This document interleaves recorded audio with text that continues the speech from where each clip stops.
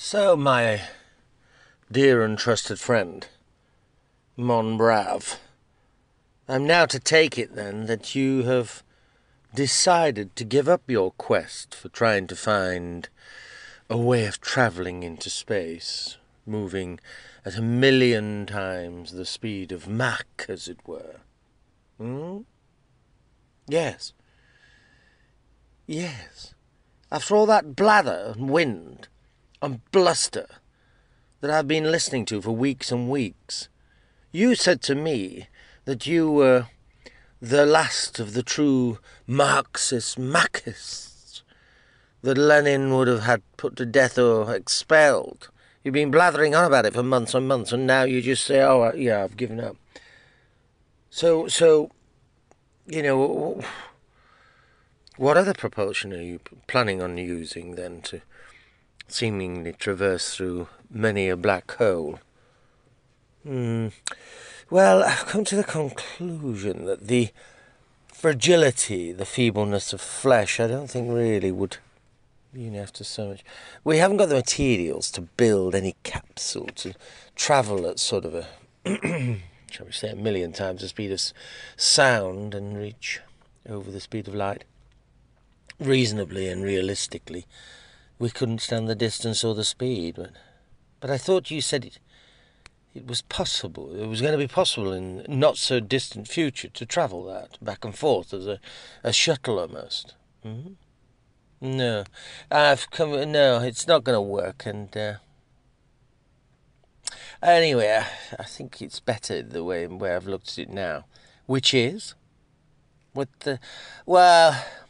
our sort of makeup molecules should really be firstly sort of 3D scanned, which is coming. It's it's almost there now, where we've scanned the brains, we've scanned the God knows what of chimpanzees. It'll not be long before we can actually scan every single cell in the human body with CAT scans and God knows what scans. And the 3D printing is getting so good that we can almost build ourselves back to. You're not thinking of actually somehow arranging us like grains of sand and then sort of adding, I don't know, H2O and putting us back together like a pot noodle soup or something. We're not going to be some sort of packet people that you just add water and there we are. Well, sort of that, yeah. But we're going to grow them cell by cell, you see.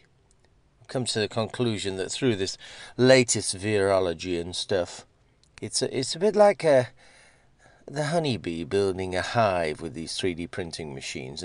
They move so fast now that you literally could build a life-size human in a few days from scratch and reconstruct them.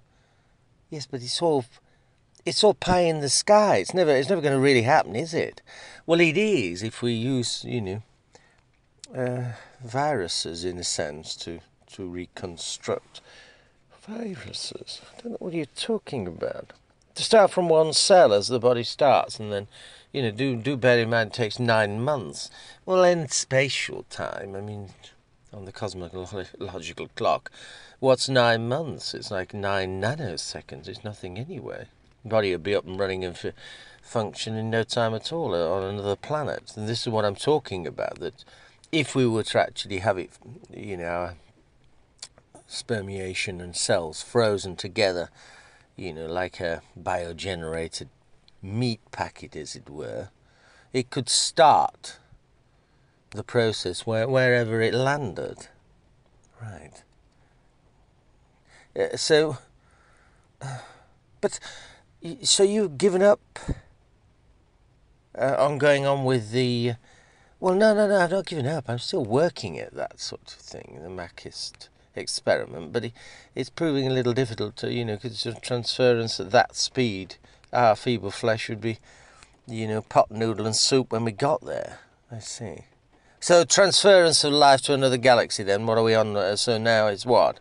Well, I think we'll do it through reverse panspermiation, meaning, well, we're proposing that sperm be frozen and transported similar to a bird's egg,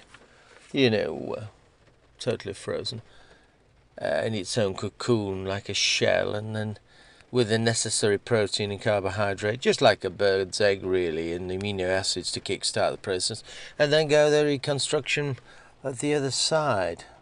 An onboard biotech breeding machine, basically, ready to hatch on the brand new planet. Yes. In a sense, basically, just a cloning pack, really. Ready for life to begin on another planet, if the temperature be right. Similar to a flask, breeding reactor, come incubator here. If you get the temperature right, obviously, then the UV light will cook the chicken, as it were. All right. And you've thought about this creation of life on a distant planet, and that's what you're thinking then, a chicken and the egg the chicken. Mainly an embryo cloned capability, and based upon whose clone? What sort of clone? Well, me. You. Well, why would it be you? What? Well, why not? So, now I get it. I see, you're going to be cloned millions and millions of times. The God.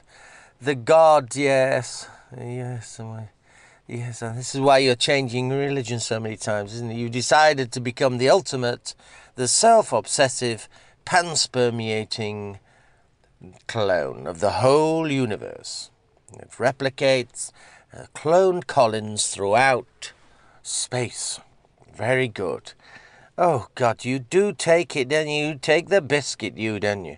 No, not at all, but, I'm a healthy, intelligent specimen that's more than most. I mean, my IQ is off the scale, and so why shouldn't it be, the sperm be taken from me?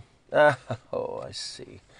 So molecular cloning, nucleotide sequencing, and all this frozen from one egg certainly gives new meaning to what came first, the chicken or the egg. A galaxy of cloned Collins. You are totally self-obsessed, aren't you? You just are such a narcissist. Not at all. But why? If life is to be created, why shouldn't it be me? Of course. I mean, we've got 8.4 billion people to choose from on this planet, and why shouldn't the new virgin birth for the whole universe begin with your genetic code? Jesus. Literally. You'd be he, wouldn't you? The second coming that you've been talking about. This is why you've gone through all these different religions, isn't it? You can't just stay with one. Colin, Christ, and our cloned saviour. Oh, you are beautiful, aren't you? Why don't you just change your name to Christ? I mean, you've changed it to everything else. Why not? I don't understand why you're so opposed to start, panspermeation, creation of life. Why are you so obsessed that it shouldn't be me? You self-obsessed prick. You want to panspermeate the whole universe. You've tried to impregnate most of the women down here on the planet, so... and now you want to repopulate the universe with clones of Colin. Marvellous. Now I see it. The second coming of Christ. Colin the clone. May as well be me as anyone else. This is typical. You've basically reenacted the whole God aspect. Virgin birth, starman, saviour, human, creationist, civilization. Just to keep you going about space travel, isn't it? This is all the whole reason that you've been waffling for months about this. You've been planning in those little red books of yours, and God knows how much computerized data you've taken up. And when it comes to it, basically, it's your monstrous great ego, isn't it? You want to take over the depths of space, the entire depths of space, and inseminate an alien form, or every single alien form, with your sperm. God, the Creator. You've at last become God. Self-obsession. Always you, isn't it? You never think of anything else. You wouldn't think of sending me, would you? I don't know why you're getting so heated at the collar. It's only a hypothetical situation at the moment. Thank heavens for that. How did you come to this spatial takeover plan with how did you get to this then? How could you not? Well, when I went to the sperm bank recently, sperm? You've been to a sperm bank? Yes, to give sperm. Oh, God. They mentioned that I have actually got twice as many sperm in one ejaculation than sometimes 3 times, than most normal human beings. Well, of course. Hence why you need the universe to spermiate the entire universe. That's why you need it, because you produce so many, many little swimmers, don't you? There's nothing to get worked up about. It's just because I have been, made by the greater God, as it were. Oh, I can't believe what I'm listening to. You truly believe that you're so superior that you may have been made by a greater God, that us mere mortals. It's amazing. Well, you won't need a genetic enhancement then, will you? Nothing. No, I'm ready to go. Nothing whatsoever. The perfect specimen, eh? Wow, how the hell do you figure that you've been... I mean, let's face it, you've been sectioned twice under the Mental Health Act. How could you be so perfect? No. My parents had me taken into care. After I left Oxford, I went to live in a cave in Spain, in Sacramento, near. Just started out with listening to flamenco and also being interested in, guitar, of course. I was learning the Spanish guitar. I was living on basically LSD and Spanish love, and when my sister came, she found me... Well, I'd been fasting on a diet, and, I'd fallen into what's known as an LSD coma. I was naked, and I'd grown my hair to my feet. I'd really gone back to living commando in nature, you see, giving up on washing and everything. I wanted to feel similar to Jesus in the 40-day fast in the desert, and I want to be at one with Mother Nature. And they flew off the handle and thought I'd gone completely crazy, or the sister did. I mean, I hadn't. I was just living as Jesus in the desert, in a pair of sandals at first. Then I got rid of all my clothing and it was so hot anyway, and it was a virtual naturist reserve. I was trying to make it a naturist reserve. So basically, it was the Spanish that wanted rid of you, and your parents came. Well, I was all right. I was naked in a cave and stuff, and I'd been making myself a bit of a nuisance on the LSD. But I did most of the time have a loincloth on.